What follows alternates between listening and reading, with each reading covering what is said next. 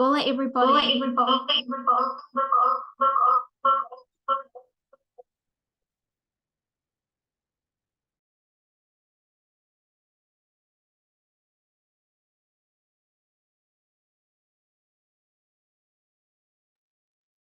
Bullet everybody. One moment.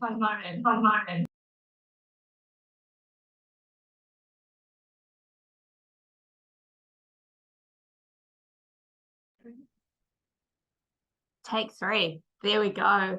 Bullet everybody, thank you for joining us for today's webinar. We've still got a few people joining, so we're going to give it 2 more minutes and then we'll kick off.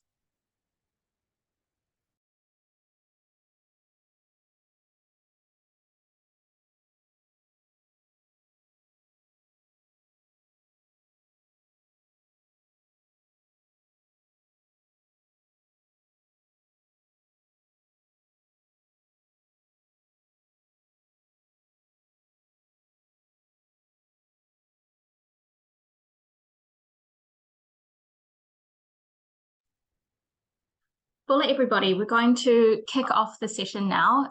Thank you all for joining us. I know that there's quite a few people on the call today, so it's really exciting. It's been a few months actually since we've had an industry webinar, and we are really excited to kick these off again.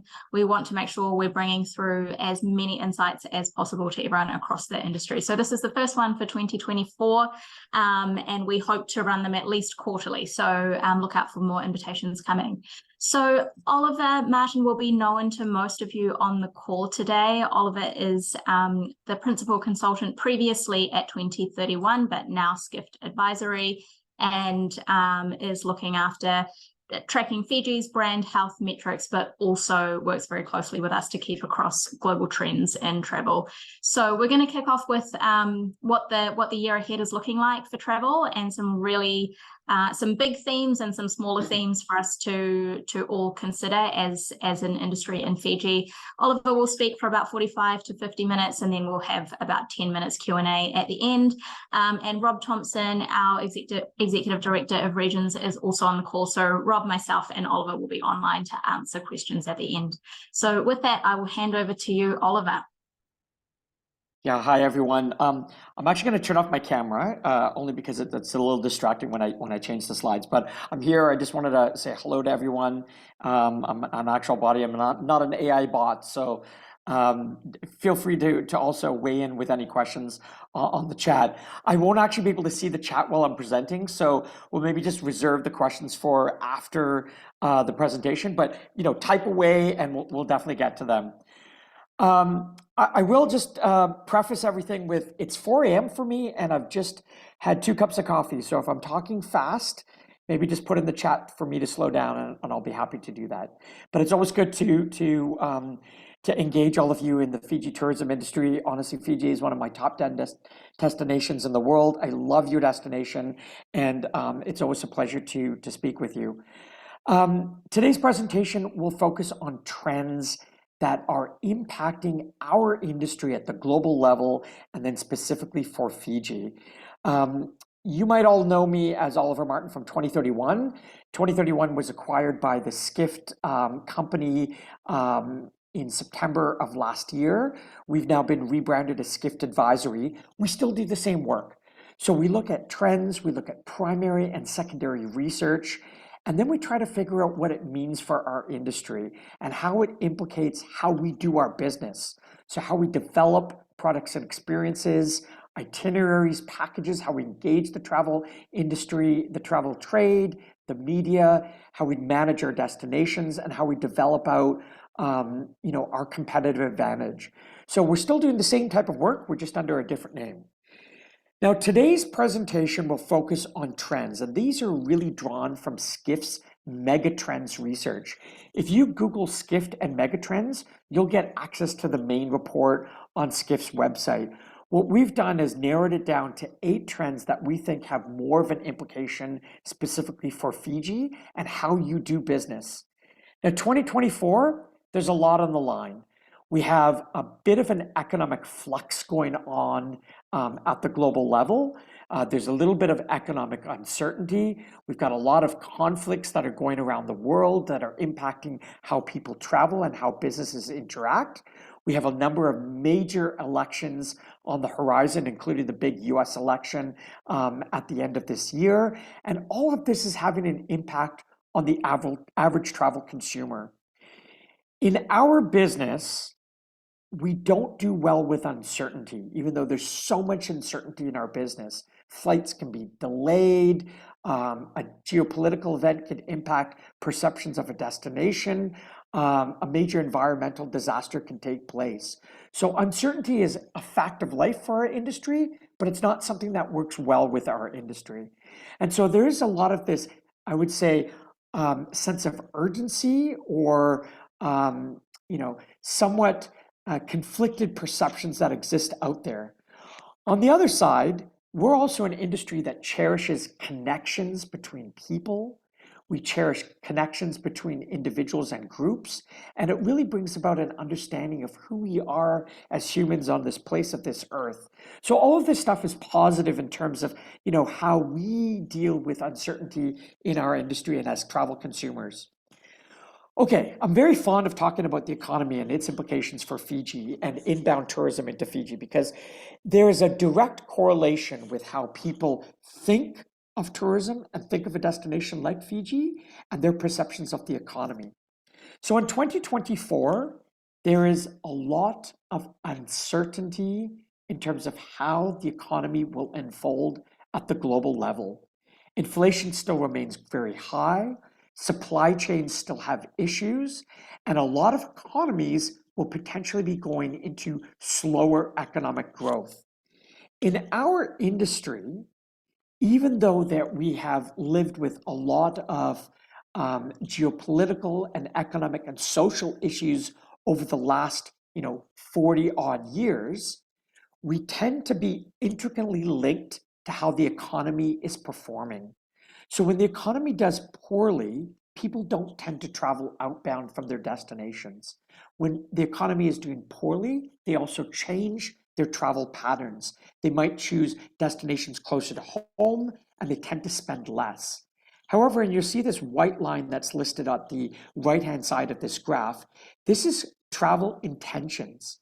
And what we're starting to see, and we've observed this for now 8 quarters in the midst of post-COVID environment, even though the economy is perceived to be doing poorly, and that's the yellow line, the white line, which is travel intentions, are quite high. So we're starting to see this decoupling effect.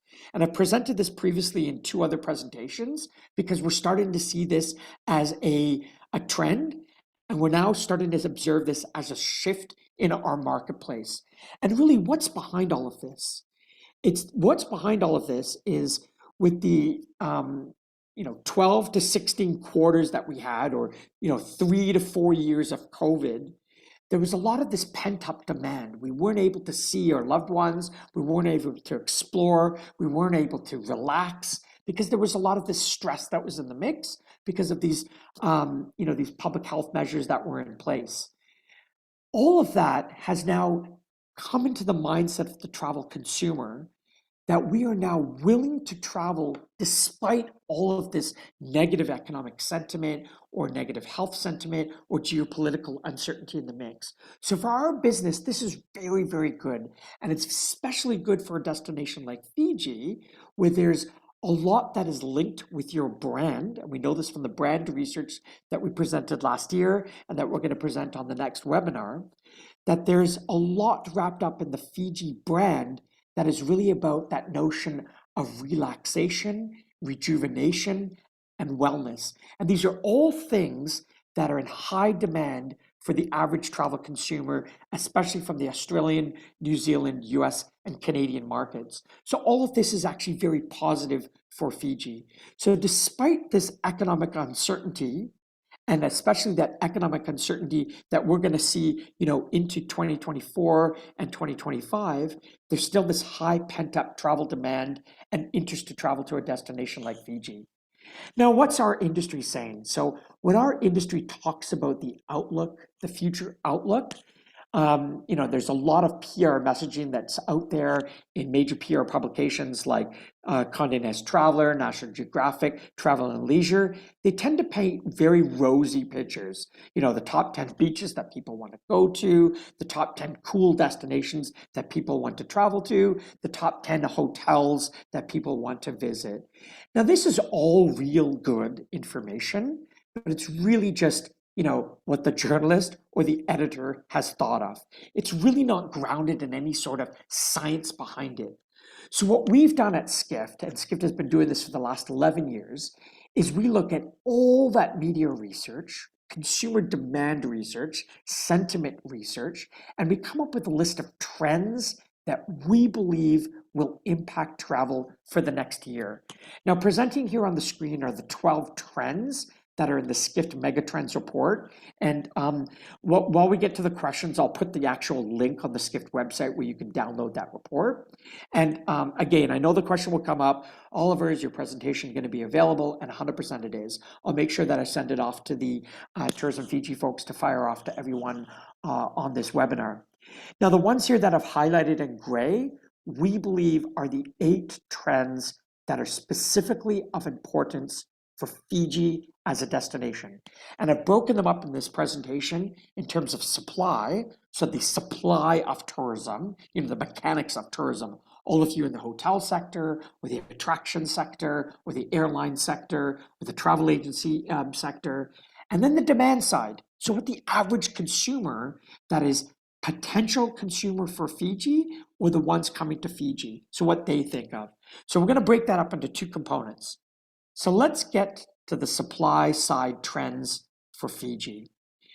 Now at the top here, it's about airlines. Now, airlines for the COVID period parked their planes.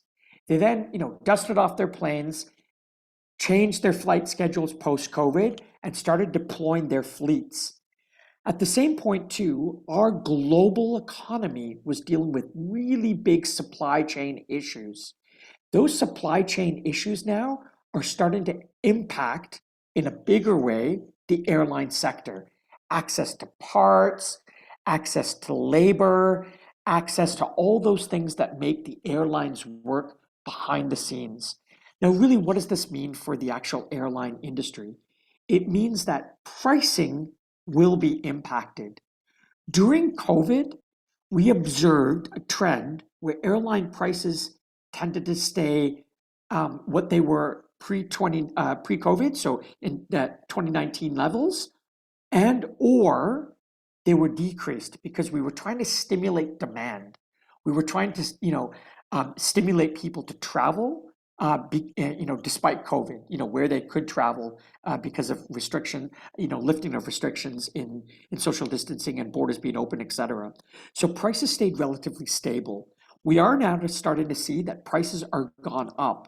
In the last 48 hours, at the global level, there's been some announcements out of the US market that their flights were going to increase.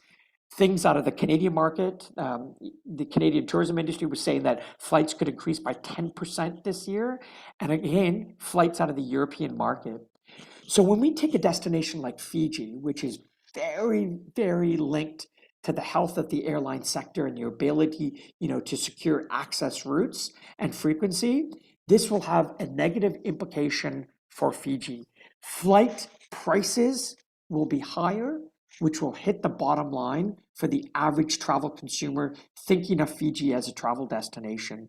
So this isn't a big risk for Fiji, but it's definitely a negative impact that will impact Fiji this year. And this will impact your lower end of the market. So some of these people that are coming for a short hop, kind of like all-inclusive, cheap and cheerful, fly and flop type of destination experience. It'll have less of an impact on those coming more longer haul for a luxury-based experience because a lot of that can be absorbed into the price. They tend to be less price sensitive. But for your lower middle end of the market, this will definitely have a negative impact. Now, what does this mean for the average, tourism business in Fiji? It means that you really have to watch your costing and what you're presenting out there to the marketplace. Now, I know a lot of these pricing, especially for some of the big tour operators, you have to give in advance, 12 to 14 to 18 months in advance. That ship has sailed, but for anything in the tactical environment, you really do have to watch your pricing this year.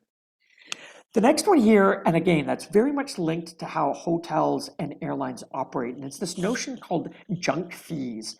So these are fees that are embedded into the cost that's given out to travel consumers, and this usually has to do with baggage fees or resort access fees or fees that are not necessarily tied directly to the actual price of the good that is sold. Now, consumers do not like these. Travel agencies also do not like these because they make things less competitive in the marketplace. Now, there's been a lot of movement at the consumer protection level, especially in the European and North American markets, to try and make these fees disclosed so the average travel consumer knows what they're paying for. So when they see a line item that might look like, a green fee or a resort access fee, and they don't really understand what this means, really what the consumer wants is more disclosed information. So again, how this impacts the accommodation and the airline sector, it really means the importance of disclosing prices to consumers so they know what they're paying for, so that when a price is quoted, $999 to Fiji or $499 package all-inclusive to Fiji, that consumers know what this means. And so it's really about empowering our travel consumers so that they have the information to make more informed decisions. Nothing impacts a travel consumer more than not having an understanding of what they're paying for. I know there's a question that popped up, but we're going to get to it when we get to the questions. I just need to keep rolling here. The next one here is about artificial intelligence. Now, about 8 months ago, the whole idea of AI really kind of popped into the mindset of consumers because of ChatGPT coming into the mix. Since that has been rolled out, we are now looking at hundreds of these public domain chatbot, AI, or machine learning based platforms to help you design videos, think of content, write a script, develop out a storyline. There's an infinite number of these that are available out there. Now, what does this mean for our industry? It means that we really need to get into the mix of what AI means and how to embrace it for our average businesses. Now, if you're a small business, what can you do? You can use these tools to, develop content or messaging, which will really kind of improve how you communicate to an end consumer. You can also integrate some of these into how you develop pricing for your packages. Now, I'm not going to get into too much detail here because it's a big kind of field that's emerging, but I can tell you, because I was in the mix 24 years ago when I started my career in this industry, there was this notion of, and I'm using air quotes, I know you can't see me, the internet. And this really kind of scared us in the industry. What is this going to mean for our industry? Our industry embraced the internet, and we embraced the delivery of online content to our end consumers. At the same point too, I'm pretty confident that our industry will embrace machine learning and artificial intelligence in terms of how we develop itineraries and packages, communicate that to end consumers, and then engage those travel consumers in that journey of how they pick and choose destinations and experience other destinations. I've highlighted here in the yellow box, specifically the accommodation sector. It's important for our accommodation operators, and especially those in Fiji, to use AI from the visitor experience and tailoring content. So again, we know one consumer to the next consumer is not the same consumer. They're very, very different. They have very, very different tastes. So it's important that we use tools like AI in terms of how we understand what we can predict for how a consumer will interact and engage with our content and our visitor experience. From an accommodation perspective, and again, for these are the bigger branded based hotels, they have the use of AI in terms of how consumers come to their websites and then travel through to the actual booking process. So they're able to then tailor content for what that consumer wants based on their AI, their profile, and how AI can actually determine and analyze it from an online perspective. So there's definitely a lot more here, but it's definitely something our industry cannot, turn a blind eye to.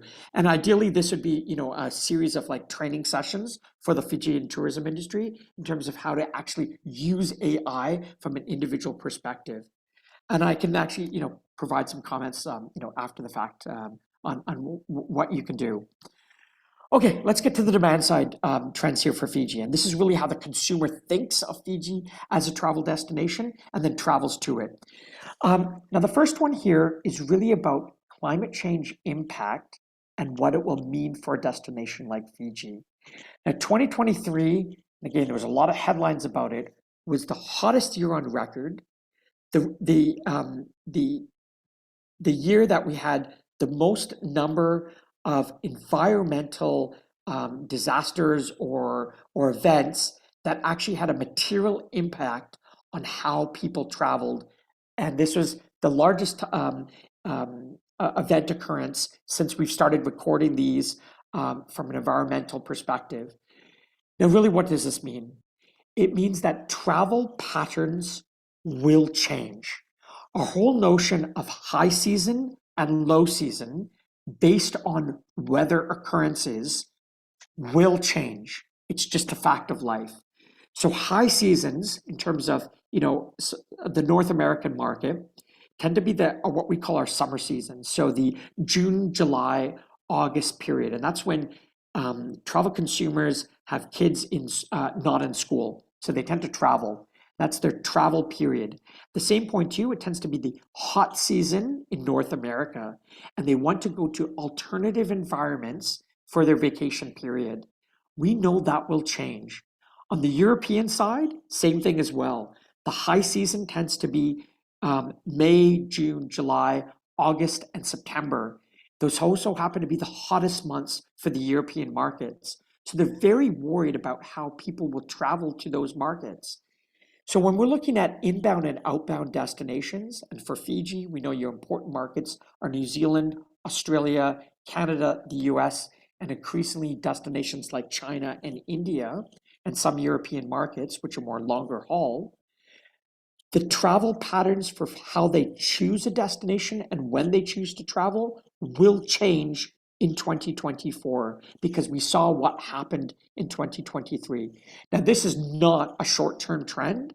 This is a more medium-term trend, but we need to be prepared like a destination like Fiji in terms of observing the seasonal changing patterns and then how we react as a destination in terms of our supply, what we're offering in the marketplace, our labor, how we're staffing those experiences, and then the third component is how we're communicating that out to the end travel consumer. So there's definitely more here that we need to look at. We need to look at our seasonal travel patterns for Fiji and then how they match to the outbound travel trends from our major source markets. But this is an important trend we need to observe. Now, I realize there might be some environmentalists and some folks that are involved in sustainable tourism on the line as well.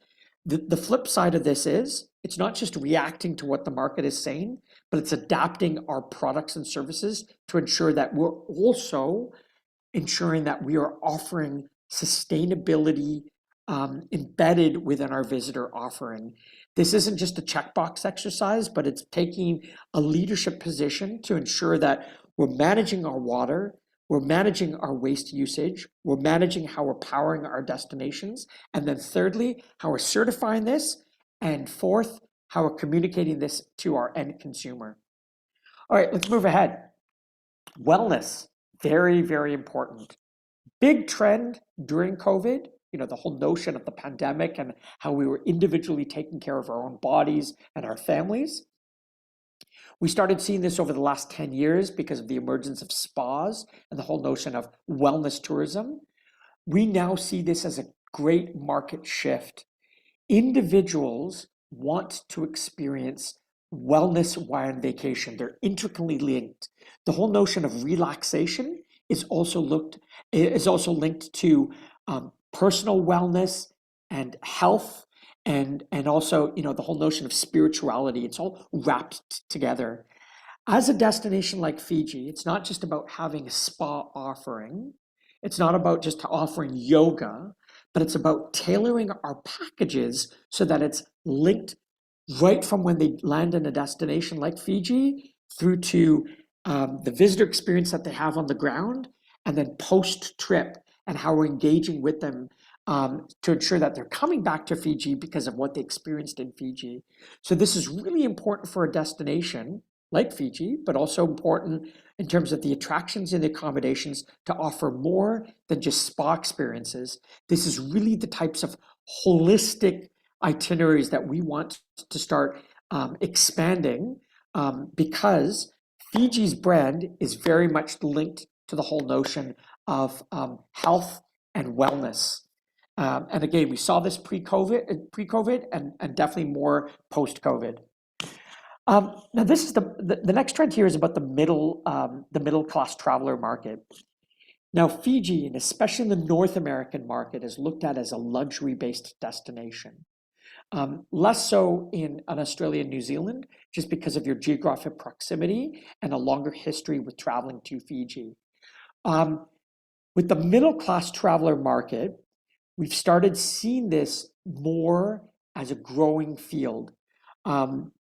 We still have the luxury market, we still have the lower end market, but the middle class market is definitely growing. And it's definitely growing in North America, and it's definitely growing in Western Europe, it's definitely growing in China, and it's definitely growing in India. And these happen to be your growth markets for Fiji. Now, when we take a destination like Fiji, this needs to impact how we both message the destination, price the destination, and what we're offering in the destination. The middle class traveler wants the value that is on offer, and they're willing to pay for it, but they're definitely not looking for a luxury-based experience. They're looking for an experience that's offering value and that they're somewhat price sensitive. So they're evaluating a destination like Fiji in context of what they can potentially get on offer in Bali and what they can potentially get on offer in Hawaii. Now, Hawaii is definitely catering to the middle class traveler market. We have to ensure that Fiji is able to compete with them, not from a price perspective, but from a value perspective. Next trend here is about the solo traveler market. Now, pre-COVID, we tended as an industry, not necessarily for Fiji, but tended as an industry at the global level to treat solo travelers as the pariah. We added a travel supplement, so they had to pay more for single occupancy rooms. They had to pay more for a single occupancy tour. They had to pay more for single occupancy attraction because we wanted a couple or we wanted a group. Solo travelers is now a growing market. They represent anywhere between 18 to 26% of the total traveler market in Australia, New Zealand, Canada, and the US, your major markets. It's really important for us to ensure that we're catering to this market because they're a growing market. And it's very much linked that the notion of a nomadic traveler or a traveler that's combining business and leisure. And they are looking for destinations like Fiji, right? Because it's about unplugging, the whole notion of wellness, but they also want to work in the environment. We need to ensure that we're catering to this market, that we're not negatively charging them because they're solo, but we're charging them because we know that they bring value to the destination. The second side as well, we need to ensure that we're able to then connect them to other travelers that are traveling solo to a destination like Fiji. Group event nights, attractions where they can meet and mingle, and that they can also do activities, even though they're based on a solo travel experience. Last one here is the Indian middle class market. Now, again, pre-COVID, it was all about China. It was the absolute growth and size of the Chinese travel market. And we were looking at China, China, China. We were not looking at other destinations in terms of their absolute size and growth. During COVID and now post-COVID, a lot of restrictions on the Chinese market. Number one, their airline fleets haven't redeployed internationally as they did pre-2019, pre-COVID. A lot of pressure on the Chinese national economy to encourage domestic travel so that those dollars recycle within the Chinese market. So less push for them to travel outbound. On the flip side, we're now starting to see a major growth in the Indian middle-class outbound market. We're looking at this at around 350 million travelers.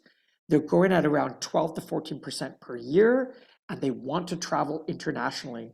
Now, the great thing is there's a huge Indian diaspora market in Fiji. Indians like to travel to destinations where they have a natural trade link, cultural link, linguistic link, and it happens to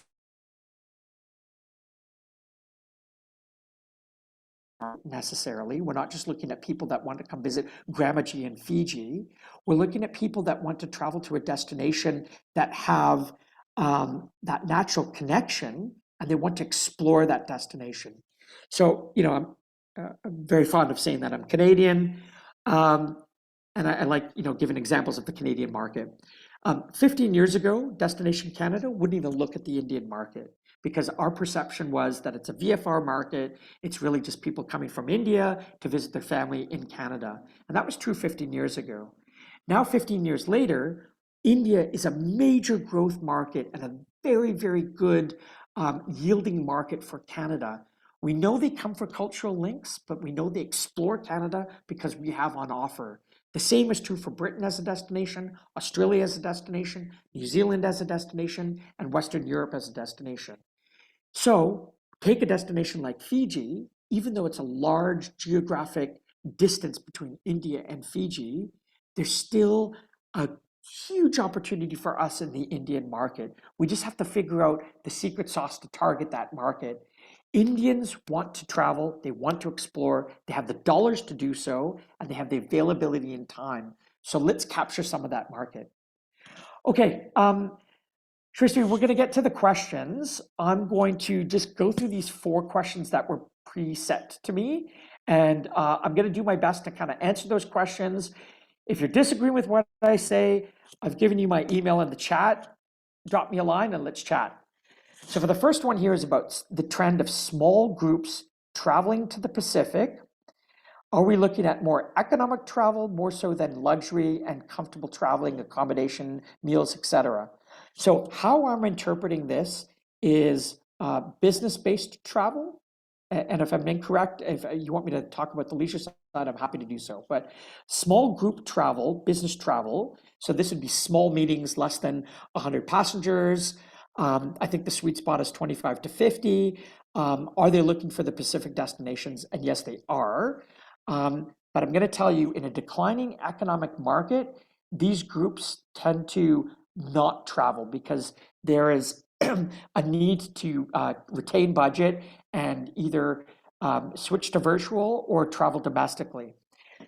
But I can tell you, in the mix of still around 40% of workers in major Western economies not going back to the office, there is a definite trend of small group meetings to get your teams to start meeting together.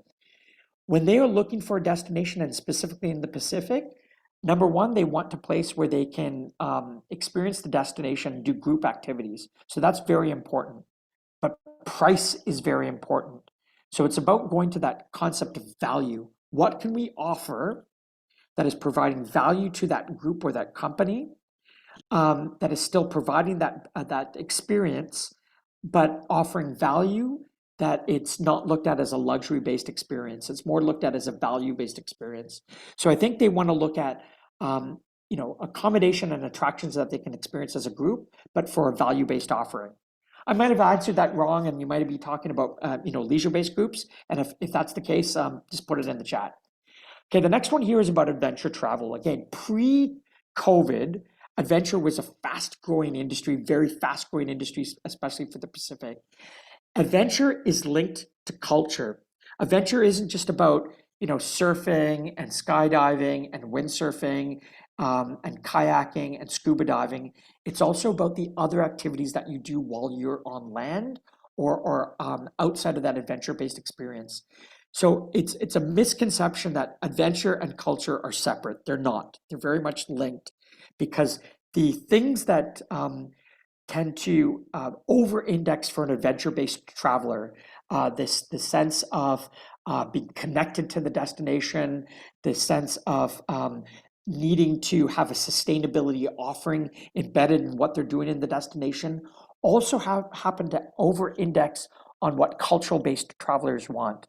Immersive experiences, an authentic-based experience. So take a destination like Fiji. You offer culture in spades, and you offer this awesome terrestrial land-based experience and ocean-based experience with these adventure activities. I think what we need to do is look at a longer stay adventure-based traveler for Fiji, and not necessarily these one-off travelers that are going for just, a kayaking experience linked to, a beach level experience. I think this is a good growth opportunity for Fiji for us to target a longer stay adventure-based traveler. Adventure-based travelers too don't tend to be younger travelers. We are now starting to see a shift of adventure-based travelers in that 45 to 55 based market. So these tend to be the older generation, older millennials and younger boomer based travelers. How can Fiji resorts better cater to business and blended travelers? So my experience, 2 times I've been to Fiji. I tend to be a guy that works while I'm on vacation.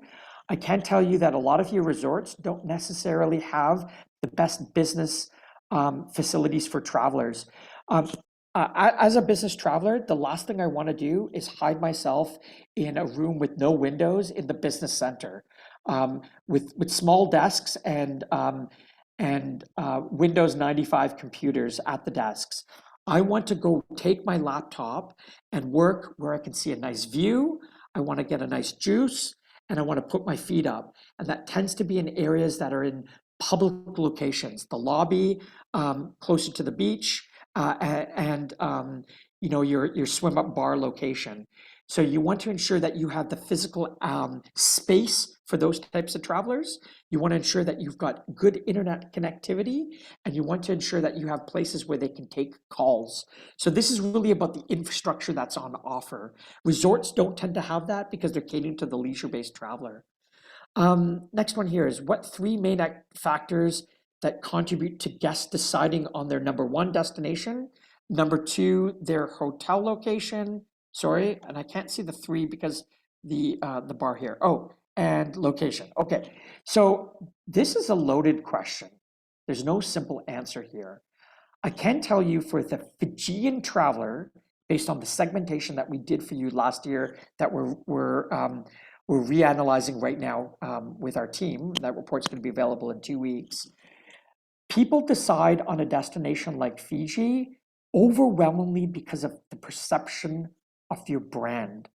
How your brand is perceived in the marketplace will determine whether or not Fiji is on their consideration set or not, and whether or not they move down that path to purchase. So what does that mean?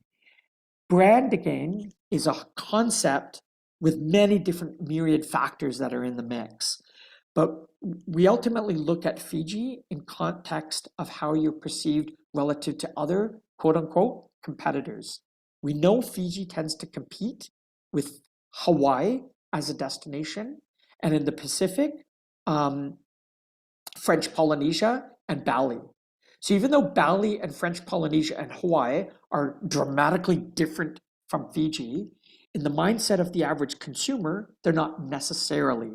So Fiji is competing with those destinations from a perception perspective. So Fiji's brand and how you're perceived in the marketplace is the number one reason why people choose Fiji or don't. You've got a good, strong brand health. We've got to continue to, to nurture that as the tourism industry in Fiji. The second one here is hotel and location. So again, take a destination like Fiji, where as much as you are a cultural destination with a lot of awesome activities on your land base, you're still a beach destination from a perception perspective. A beach, sun, surf, and that water-based destination.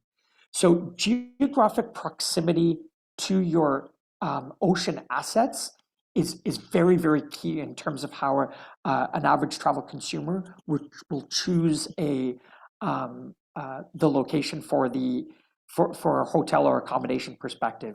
It's not to discount all the other non beach and ocean based accommodations that you might have. It's just that's ultimately how a consumer will choose that. Again, there's a whole sector of the population that wants to be off and they want to be in the jungle, et cetera, and good on them. But for the majority market, it's really how they choose a hotel experience. The other flip side here as well is amenities on offer in a hotel matter as well. They want to ensure that there's a spa, they want to ensure that there's a pool, and they want to ensure that there's restaurants on site. That's just a fact of life, especially when they're traveling far. They're looking for a relaxing-based destination. They like the easy button. The easy button means spa, means pool, and it means food and beverages on site. Okay, I'm going to stop there. I'm going to open it up for questions now. Thank you so much, Oliver. Loads of amazing stuff to digest as always. So we've got a few questions that have come through that I'll just read out and we can work through. A couple for people that aren't on the call, that may not be able to see these. We had an agreement with the flight prices. I know that's an ongoing conversation here in Fiji. We had a question from Erin about the importance of Fiji's culture in terms of appeal to the Northern Hemisphere markets. And Rob has responded and said that it's a really key differentiator for us globally, particularly in the North American market, because it's how we add substance to the sort of known beach imagery that we're recognized for. And also we can see in terms of all of our brand creative that we have in market, the culture stuff in North America is the imagery that by far gets the most click-throughs and the most responses. And then another question from Erin about multi-generational trips and whether they're still a trend. And Rob has replied that yes, absolutely. While we expected to see the trend slow down as we moved away from COVID, anecdotal information from trade and industry as that it's maintained a solid interest. I don't know, Oliver, if you had any thoughts you wanted to add in terms of culture being important in the North American market and multi-generational trips before we move into the other questions. Sure. Look, I'm going to specifically answer this for the North American market. Fiji, and again, we've seen this with the brand health data.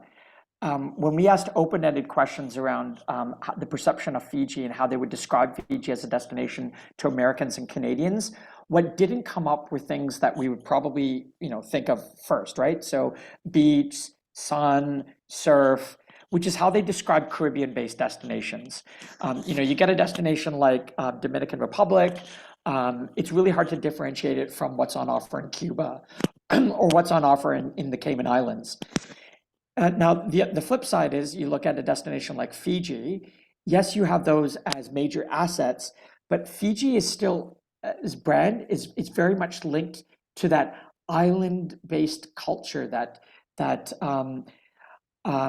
culture of a people that have lived for thousands of years in the destination, that you've got new immigrant populations that have come in the last couple of hundred years that have kind of weaved their way into fabric. You've got your own language, you've got your own traditional dancing, you've got archaeology sites, and that's all linked into notions of culture, right? So culture does matter for Fiji, and it definitely matters of how you're perceived in the North American market. And I think that's a key differentiator for how you compete with the average travel consumer that is thinking Hawaii versus Tahiti versus versus Fiji, or for the middle market that is maybe saving up longer term, will forgo a destination in the Caribbean and will say, I'm going to go a little bit further afield, pay a little bit more money because I'm going to get a better experience if I travel to a destination like Fiji. So culture, key, very important to a destination like Fiji. Another point is, and again, we did this for Fiji in 2019. It was an IFC study, wasn't really publicized too much, but we really unpacked how culture is perceived.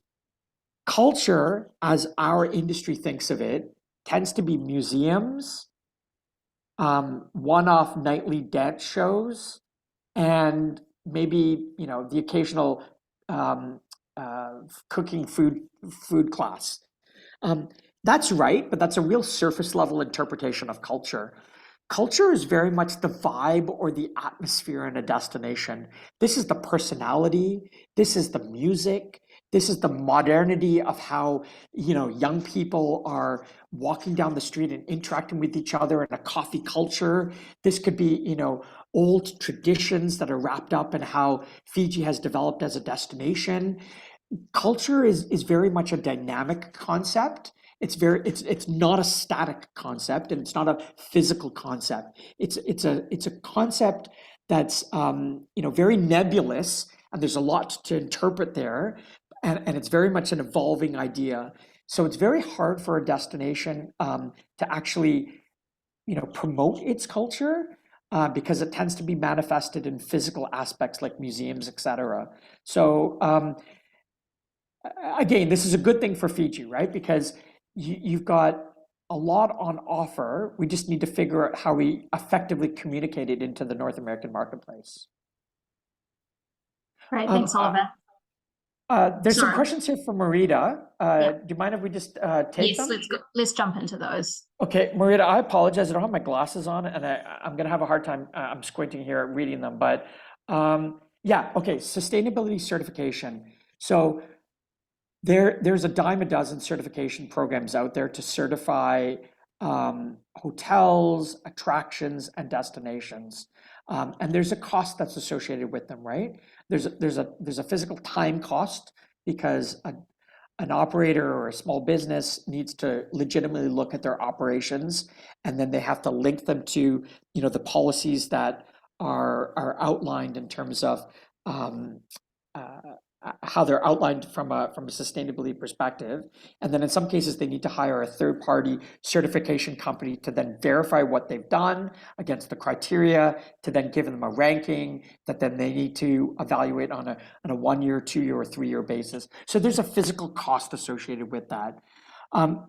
Now, in the absence of paying for all of that, at minimum, as an operator, we need to think long-term, short, medium, and long-term for our businesses. The short term is we're dealing with more and more travel consumers that are demanding action on part of a destination and the operator for the practices that they're engaging in from a sustainability perspective. From the medium-term perspective, our climate is changing. That's just a fact of life. From the long-term perspective, eventually the insurance companies and the financial firms will get engaged and will stop getting access to insurance because they're not willing to insure our businesses, and we're not going to have access to financial capital in terms of reinvesting into our businesses. So there is definitely both a demand positive side and a huge risk supply side to this question. So my point back to an average SME business is there's a lot of resources available to you to look at your business in terms of making your businesses more sustainable. You need to do this to ensure that your business is viable for the short, medium, and long term. So it's an opportunity cost. You can either spend the money now, or you're not going to have the money later down the line because your businesses will be negatively impacted. So the sooner that we do this, the better it is. If you physically can't pay for a certification, you can still adhere to the standard, but not necessarily be certified. Marita, I hope I'm answering that question. Okay. wellness. Just further, Yeah. Go ahead, Robert. sorry, Please. just further to that one, Marita. Lee, CEO, and his team in the destination development space have signed up with GSTC and they're working with EarthCheck. So there are things in the works that will be a little bit more accessible for our industry once they've mapped all that out. And EarthCheck too has a lot of resources that are available in the public domain. And the bigger picture for EarthCheck is they want to certify all of Fiji, right?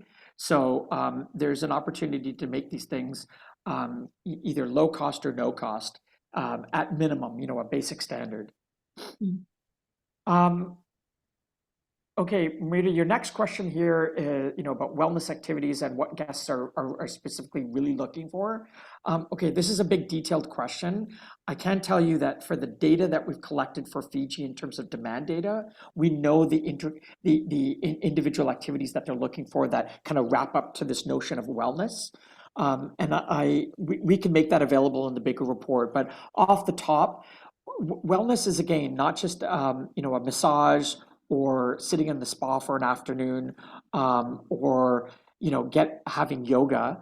It's really holistically, right? So it's about what you're eating on your trip. That there's the healthy choices that are available for you, menus that you can choose during your trip, multiple activities on offer that make you connect from a spiritual and physical perspective while you're in the destination, and then also how we message that all together. So again, in the more detailed, brand insights and consumer perception report, we'll make sure that we're documenting that out there. Shrishti, there's some more questions here.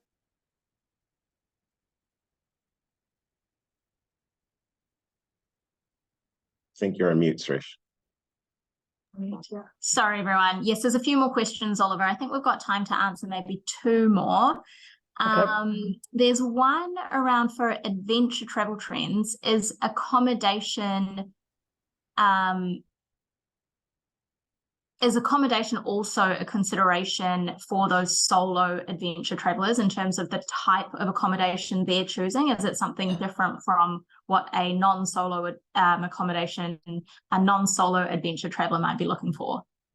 Yeah, that's a good question. And I think, look, I don't have any data to back this up, but I could say my gut is solo travelers want to be in areas, look, there's a segment of the population, solo travelers, that just want to unplug and be away from people. But at the same point too, I think the larger market, the majority market of solo travelers, is they want to feel that they're connected to other people. And that's why we've seen a huge growth in solo travelers choosing companies like Outsite. So these are shared accommodations where you have your own room, but maybe a shared bathroom, or you've got your own bathroom, your own room, but a shared lobby space. It's so that they can connect, right? And we've seen a big explosion of these types of accommodation offerings. We've also seen, in the branded hotel environment, a big growth in their properties like W or Loft, or like Citizen M, where again, they have big lobby spaces, big outdoor spaces for people to actually meet and engage, so that you can meet people from other cultures and other other demographics, and kind of share the experience. So yes, I think accommodation choice is important for an adventure traveler, and I think it's very important for a solo traveler that they're looking for things that are more social in nature. And potential for some new types of accommodation there. I think we've got time for just one more, Oliver, and this one is about how price is influencing travel demand. So aside from brand, are we seeing that the flight prices are influencing demand for Fiji versus destinations like Bali? There's been, we've sort of heard anecdotally and have seen some sort of traditional Fiji loyalists jumping ship because of prices. How significant of a is this a potential long-term issue for us? Do we think that there might be price wars ahead? What's the true potential impact of something like this on us? Yeah, for sure. Okay, so this is again a good question. Our industry will always compete on price. And you know, anyone who's gone to marketing or business school, you're always taught never compete on price, right? Because when you're competing on price, it's usually a race to the bottom. And we tend to then devalue what we're on offering, and yield tends to get a hit. Especially with our industry in times of crisis, we always lower our prices to stimulate demand. So that's my perspective of price. We never want to compete on price as a destination. If you look at a destination like Fiji, we know that your brand is very healthy. You've got a very healthy brand. There's a lot of perception that's wrapped up in the brand that's around culture and adventure and assets that people, physical and emotional and personality assets that people are willing to pay for. However, in the Australian and New Zealand market, where you tend to be more geographically close from a proximity perspective, there's a lot of history traveling to Fiji, and you are in the mix with other destinations like Vanuatu and Cook Islands and domestic-based destinations. Price does work into the mix, right? Because the average middle to lower end Australian and New Zealand traveler can look at a price point and say, I can either stay domestically, or I can go to Fiji, or I can go to Fiji, or I can go to Bali. Then it becomes a question of value. So what are you offering to increase the perceived value of a Fiji experience while holding true to your price? You could do that by offering, you know, welcome drinks. You could do that by offering a free excursion. You could do that by offering a room upgrade, which then tends to not be, you know, a huge hit to your bottom line, but offers more perceived value for the end travel consumer. In the long run, we do not want Fiji to compete on price, because we will always, always lose. Let destinations like Hawaii compete on price, but let's compete on value. Awesome. Thank you. I think that it's bang on 4 o'clock here in Fiji, and bang on 4 a.m. for you, I think, Oliver, 5 a.m. for you. So I think it's a great place to wrap up. We had a couple more questions that we didn't get to, but we will pull together answers for those and share them out in our summary email. The recording of this presentation will be shared out in the next few days, as well as the actual presentation itself. So thank you to everybody who dialed in. I think it's been a great kickoff session for the first of these over the coming year. If there are any other questions post this session, Oliver has put up his email address, but of course, as always, feel free to contact myself or Rob or anyone in the Tourism Fiji team, and we can get the answers to you. So yeah, thank you everybody for dialing in, and we'll see you all at the next one. Thank you, everyone. Please feel free to email me with any of these questions I didn't answer. Thanks, everyone. Thanks, Oliver. Good luck, everybody. Okay, I'm on it.